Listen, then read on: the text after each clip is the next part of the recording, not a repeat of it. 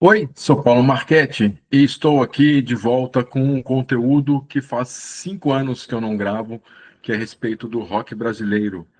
E para comemorar os 70 anos, eu comecei a gravar uma série em 2020, na época da pandemia, que a gente foi obrigado a ficar em casa. Aproveitei e comecei a gravar uma série de vídeos para comemorar os 65 anos de rock brasileiro. E evidentemente baseado nas minhas pesquisas, espera aí, pro meu calendário do rock brasileiro, que eu lancei agora em março de 2025, e agora eu volto para comemorar esses 70 anos, que foi o motivo de eu ter feito essa tiragem, pequena tiragem do calendário, foi para comemorar os 70 anos de rock brasileiro, que vai ser que dia 24 de outubro de 55 foi quando a Nora Ney gravou o primeiro rock no Brasil. Então, essa data é a data de início dessa história que é riquíssima. E eu já gravei alguns vídeos. Se você chegou aqui de forma aleatória, caiu de paraquedas, convido a você ir atrás dessa playlist que fala do rock brasileiro e suas histórias, que tem um monte de outros vídeos que eu falo dos anos 80. Eu estou fazendo esses vídeos dos anos 70, mais alguns dos anos 90, acho que mais um dos anos 80, para complementar o que eu já fiz, mas tem muita coisa já que eu abordo sobre o rock brasileiro, e personagens, e lançamentos, e outras coisas. Convido você a pesquisar essa lista, e também tem a lista da MTV, eu não lembro como que é o nome da playlist, mas que eu conto muitas histórias de bastidores da MTV, e por consequência, é claro, falo muito de música. E neste vídeo aqui agora, eu vou falar um pouco mais dos anos 70, mas eu vou abordar um segmento dentro do rock brasileiro dos anos 70, que é a música, é o rock misturado com a MPB. Isso nunca foi estranho, porque desde que o rock começou aqui, já na segunda metade dos anos 50, já houve algumas tentativas de misturar um frevo aqui, um samba ali, tal. Tem aí o Baby Santiago veio com algumas propostas, o rock do Saci, Chachá do rock, e um triângulo aqui e tal. E aí na Jovem Guarda também aconteceu a mesma coisa. Tem alguns grupos que alguns conjuntos da Jovem Guarda que também fizeram esse experimento de misturar a música brasileira. Mutantes que é 67, 68, já nesses primeiros discos do Mutantes, o grupo já fazia essa mistura também. Tem discos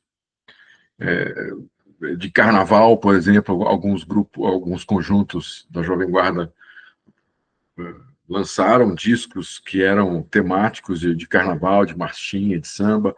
Então também já ocorreu essa mistura, que não é tão aparente quanto ficou a partir dos anos 70 mesmo, e que se consolidou nos anos 90 com Chico Science, com Raimundos, que pegaram toda essa. Mas Maracatu, por exemplo, já tem, acho que no Paebiru, já tem pô, são vários, o Jorge Maltner, é, samba, bossa nova, tudo isso já foi, né, Novos Baianos, e eu quero falar um pouco disso, e eu vou ilustrar com alguns discos que eu separei aqui a respeito desse tema, dos anos 70, a começar, evidentemente, pelo Tropicália, que é uma grande referência para essa mistura, que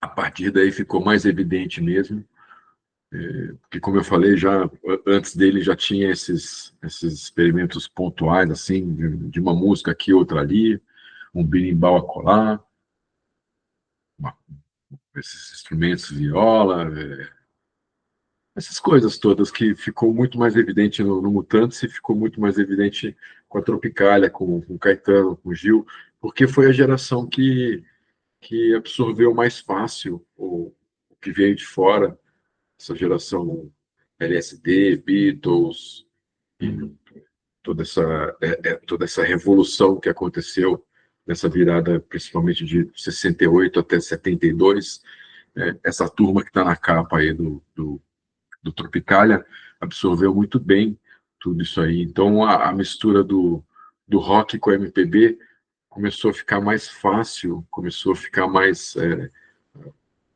Deu para assimilar melhor a partir do Tropicália. Então, por isso que eu acho que ele é importante falar dele nesse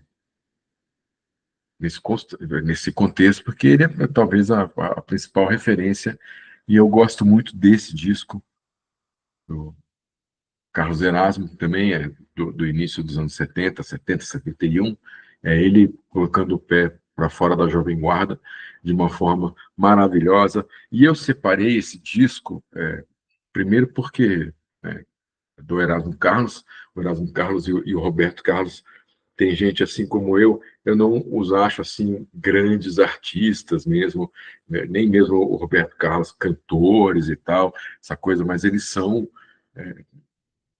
vou ser radical aqui, os principais compositores da nossa música, mesmo pegando todo mundo de uma forma geral, desde, sei lá, Chiquinha Gonzaga, desde que a MPB começou a ser moldada, passando por todas essas décadas do século XX, eu, eu falo numa boa que o Erasmo essa dupla Erasmo e Roberto é uma dupla de grandes compositores, os maiores compositores da nossa música. E esse disco é maravilhoso. Outro motivo é porque ele mistura não só o rock com a MPB, mas tem elementos da soul music muito presentes também. Então é uma mistura muito boa, é um retrato muito fiel do que se fez nos anos 70, apesar de outros discos eu vou mostrar aqui, não são todos. A partir desses discos você pode ir atrás de outros que tem vários, mas aqui nesse disco do Erasmo, assim como no Tropicália, tem experimentalismo, psicodelia, é, tem o progressivo, tem o rock, rockão mesmo, o rock and roll, tem o rock daquele momento que eu falei, o psicodélico, tem o violão, tem o berimbau, tem elementos de percussão, elementos brasileiros de percussão, acordes, né, que ficaram mais com as características brasileiras, sei lá, acordes de bossa nova, por exemplo, de samba, essa coisa do violão de 7 cordas, isso aí é para quem entende mais, mas a coisa da afinação, tudo isso faz parte dessa história. E esse disco do Erasmo Carlos é uma joia, uma obra-prima que não tem como ficar para trás.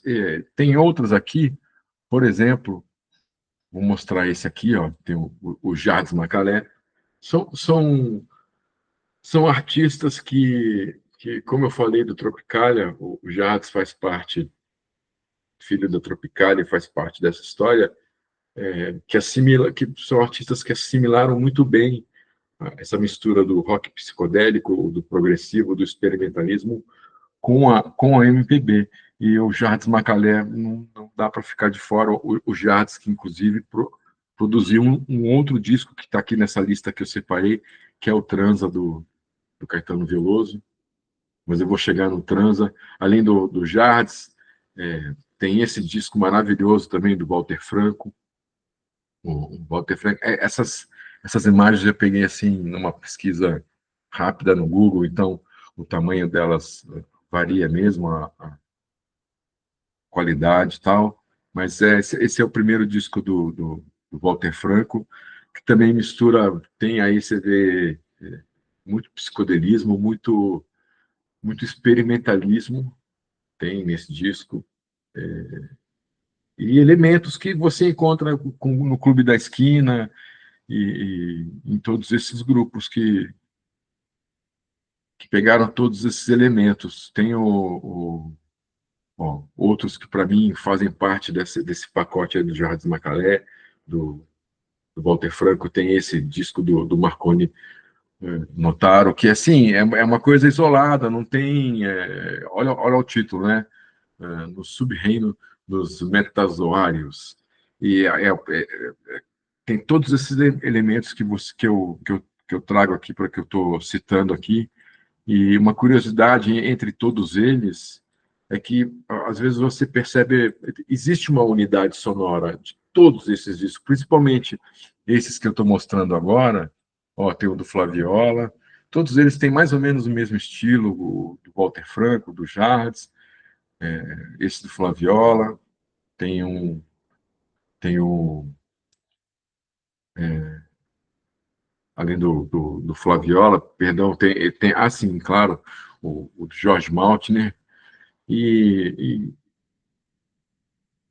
todos eles fazem parte da história desse rock brasileiro dos anos 70 e, e são fundamentais, assim, são referências que precisam ser, até mesmo, por exemplo, tem a Barca do Sol, que tem 3 discos ótimos lançados nos anos 70, esse de 74, acho que de 75 e 79, se eu não me engano.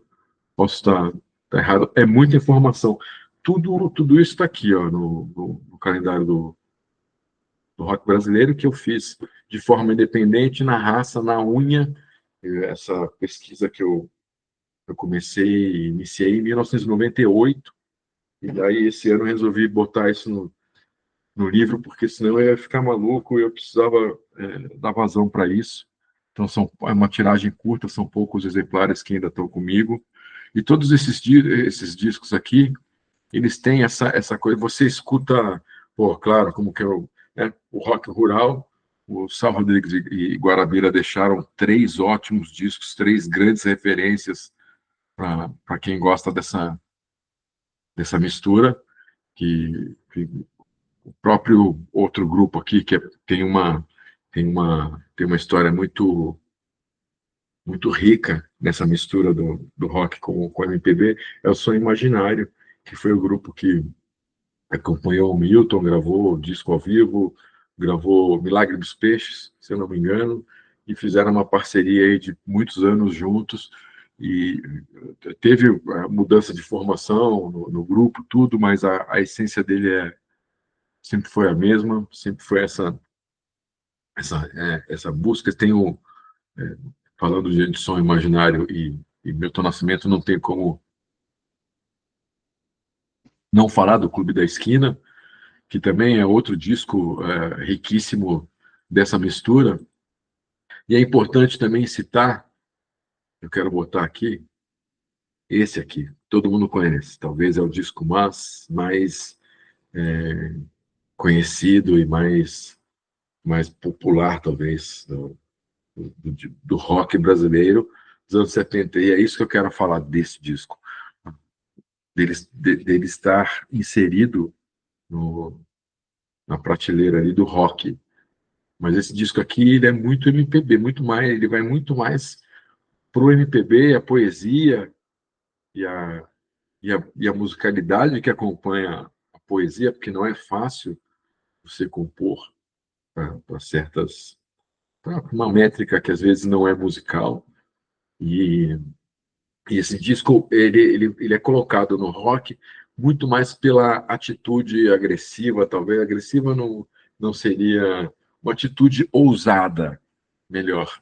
Uma atitude ousada dos Secos e Molhados, da forma como eles se apresentavam, seminus, com essa maquiagem carregada e com a apresentação do Ney, com a performance do Ney, que era muito rebolado, e, como eu falei, quase que nu. Ele tinha o costume de se trocar no palco, né? Tinha lá o trocador dele, e ele fazia provocações com a plateia, tudo. Então, eu vejo o Secos e Molhados, quando se fala que é rock, muito mais por conta dessa postura do grupo, e não pela sonoridade, porque a sonoridade vai muito mais para o MPB do que pro rock mesmo. A mesma coisa acontece, eu mostrei agora aqui o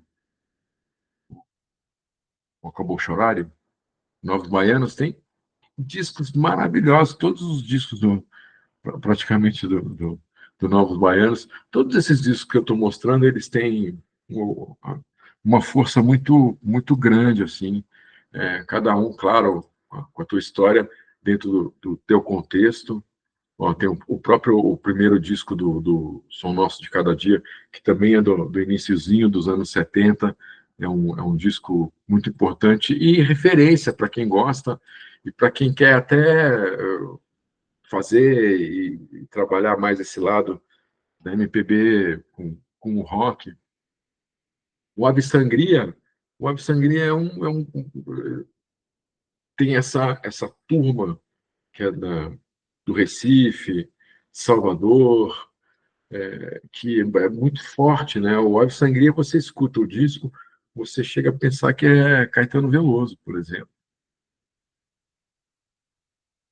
Que o timbre de voz é parecido, tem violão, tem o swing brasileiro, é riquíssimo. Apesar dessa capa, eu não sou muito fã dessa capa.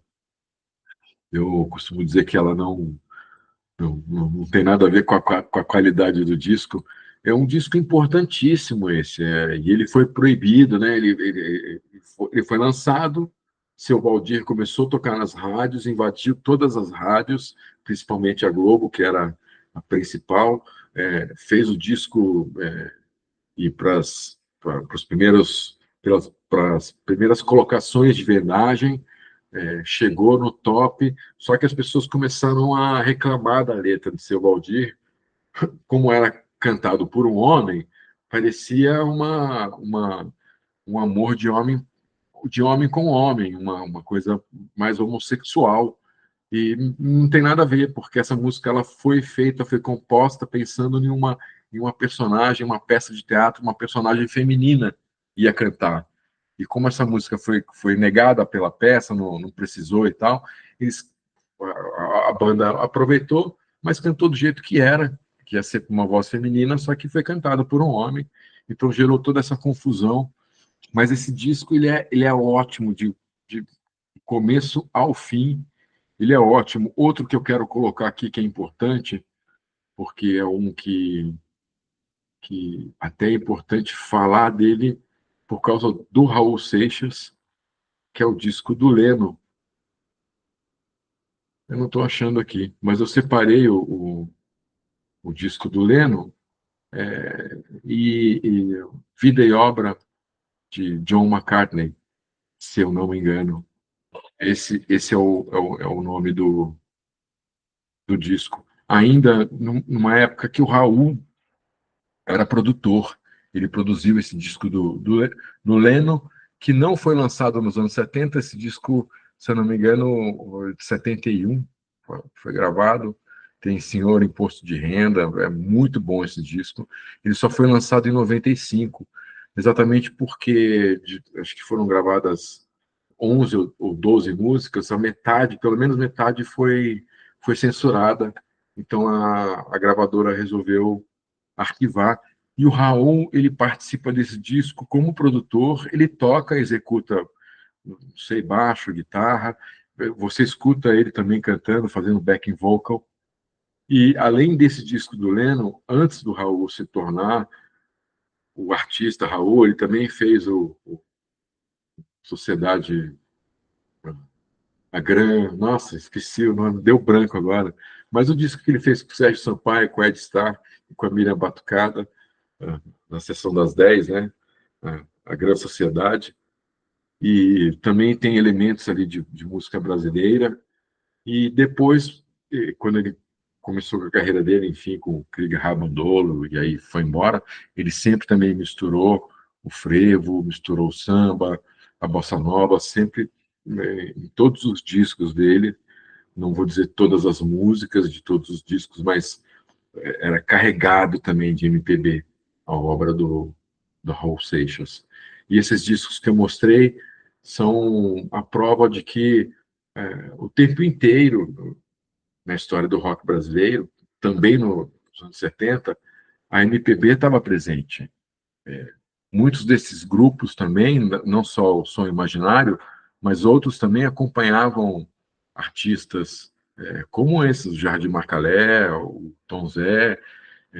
Esses grupos eles eram contratados também para uma turnê, para uma série de shows e tal, ou até mesmo uma gravação de disco. O Transa, do Caetano Veloso, que estava aqui, não mostrei, também foi a mesma coisa, produzido pelo Jardim Macalé, foi gravado ao vivo no estúdio, em formação de banda, e todos esses artistas que eu mostrei aqui, dessa lista, eles são, eles são filhotinhos.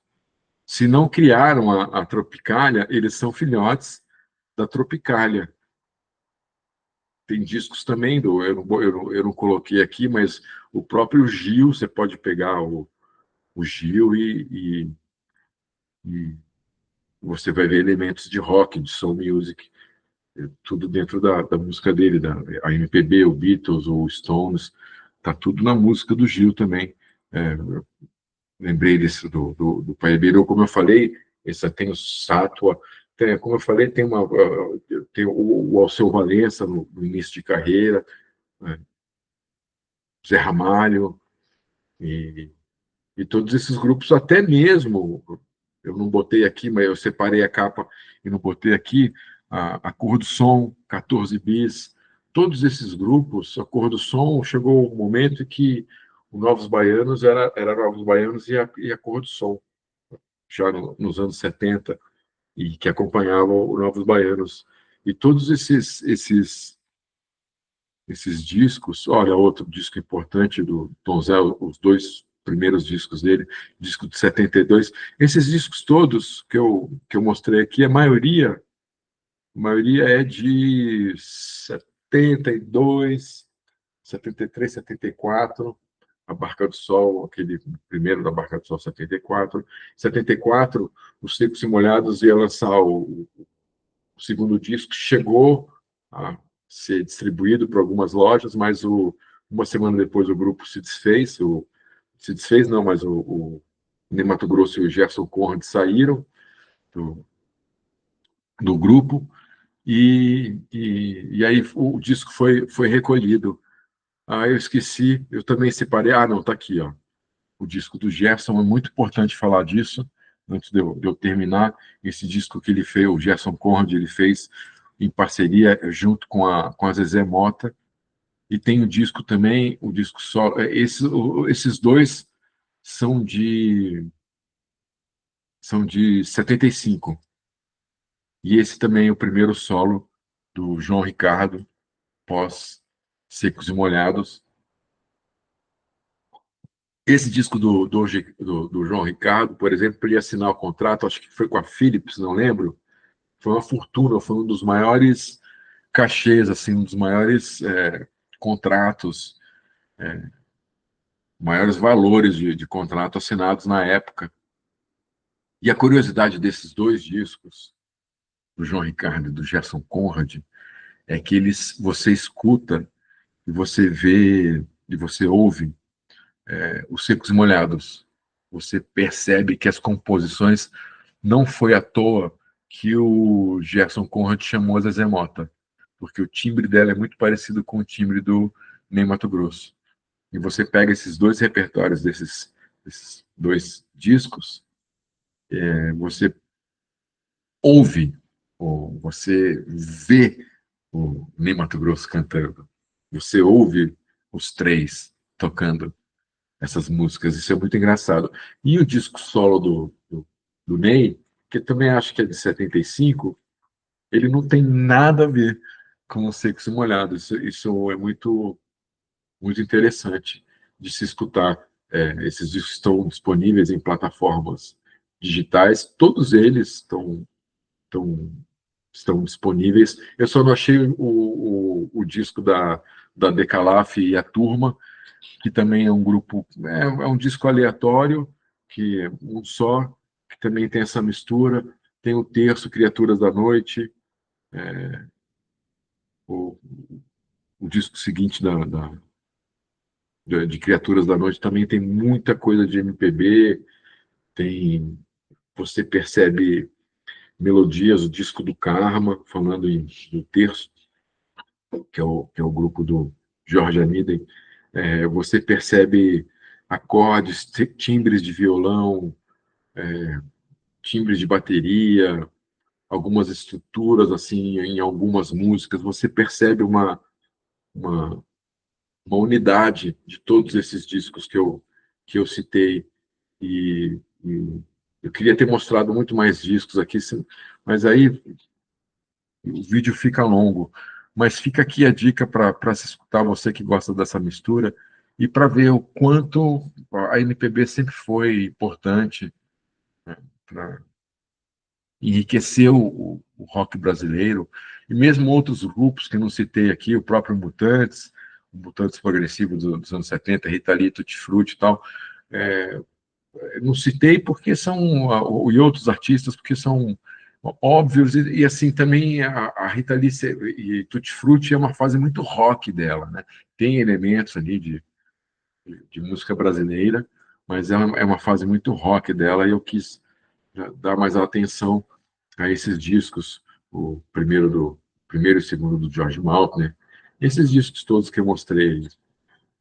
Então, esse é mais um disco então da série que eu estou fazendo para registrar bons momentos do nosso rock brasileiro, desta vez para comemorar os 70 anos de rock. E mais uma vez reforço o convite que eu fiz no início do vídeo,